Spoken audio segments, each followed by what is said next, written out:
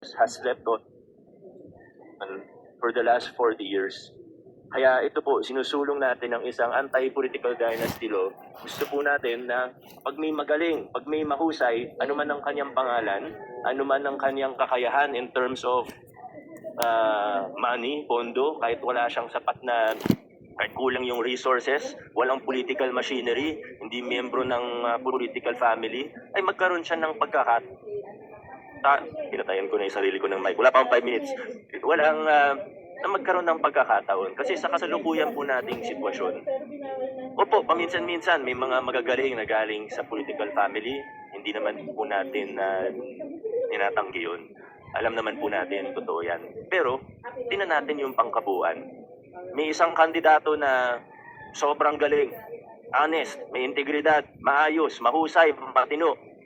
Pero walang pangalan, walang makinarya, walang pera. Ang kalaban niya, miyembro ng political family na theoretical lang naman po ito, wala tayong pinatatamaan. Miyembro ng political family na, let's say, wala masyadong kaalaman, wala masyadong karanasan, hindi marunong, hindi magaling, may pagkakurap pa ng konti. Sa sitwasyon natin sa Pilipinas, 9 times out of 10 ang mananalo yung miyembro ng political family. Bakit? Kasi gamit nila yung resources ng pamahalaan. Nangangampanya sila. Hindi naman gamit, alam naman natin ang totoo, hindi naman nila gamit ang sarili nilang pera eh. Pag nakaupo na yan, ang gamit nila para mangampanya, resources ng taong bayan.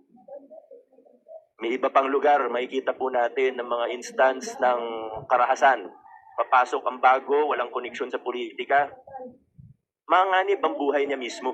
Sa maraming lugar sa Pilipinas, ganyan po ang sitwasyon. Kaya po kailangan natin ng isang batas to equal the playing field and to give us what the Constitution guarantees, the equal access to opportunities for public service. Yan po ang sinusulong natin, yan ang pinaglalaban natin pag pinag-uusapan natin ang isang anti-political dynasty law. And I hope that Congress now will really be serious, whether the upper house, the Senate, or the lower house.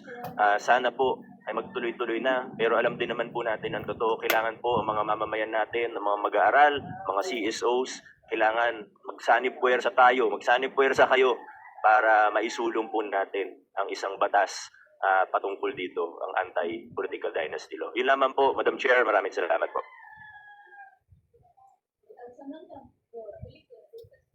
Maraming salamat din po, Mayor Rico.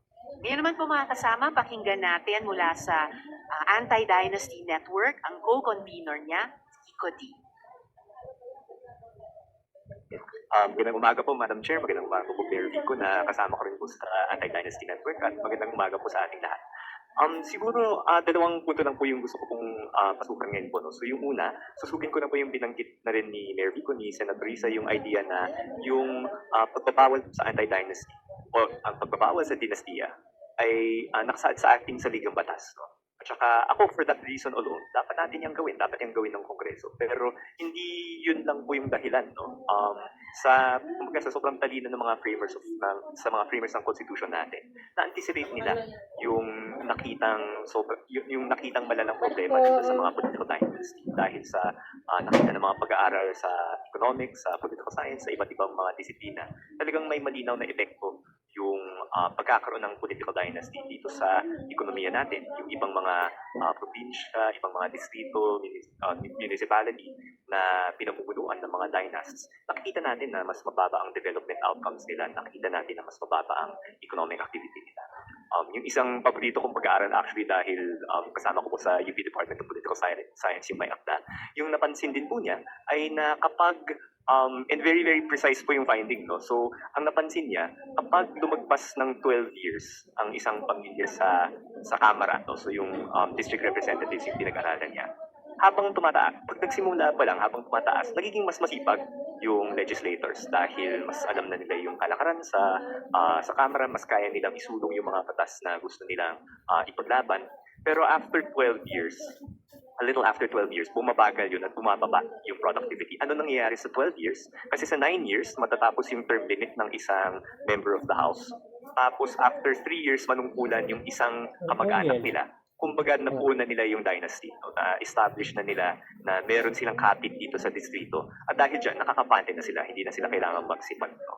So I think for these reasons, both kasi nakikita natin yung economic outcome tsaka yung political effects ng pagkakaroon ng dynasty na masyadong nakakapante yung mga leaders natin. May sense yung may sense talaga na magkaroon ng political dynasty. No? Para sa mga high school students po pala, sa mga nag-aaral ng algebra ngayon na kino-question niyo po kung bakit pinag-aaral niyo yung parabola na gano'n. Yun yung application nito. Parabola yung nakita natin na trend. Kaya very seryosohin niyo po pati yung math, hindi lang yung sockside. Pero siguro po, ang second point ko na lang po ay susugin po yung tatlong tanong ni Madam Chair tungkol sa ano dapat yung extent ng anti-political dynasty law. No? So una sa degree, para sa akin po at para sa Anti-Dynasty Network and para sa marami pong itong nag-advocate sa mga konsultasyon po natin, dapat umabot po ito dito sa fourth degree of consanguinity. So again, hanggang pinsang buko yung ban dapat.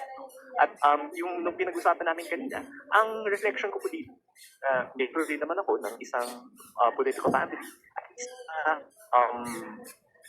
Political families. Ang nakikita natin din kasi, mas konti ang nagiging anak ng mga political families kung papansin niyo. Kumpara sa nakaraang generation, sa generation ko na millennial at sa Gen Z, mas konti kaming mga anak no. At dahil dyan, nagiging mas malapit kami sa mga pinsan namin. Di ba? Parang every Sunday, nagkikita kami. And ako, chine-cherish ko talaga yung mga experiences na yun.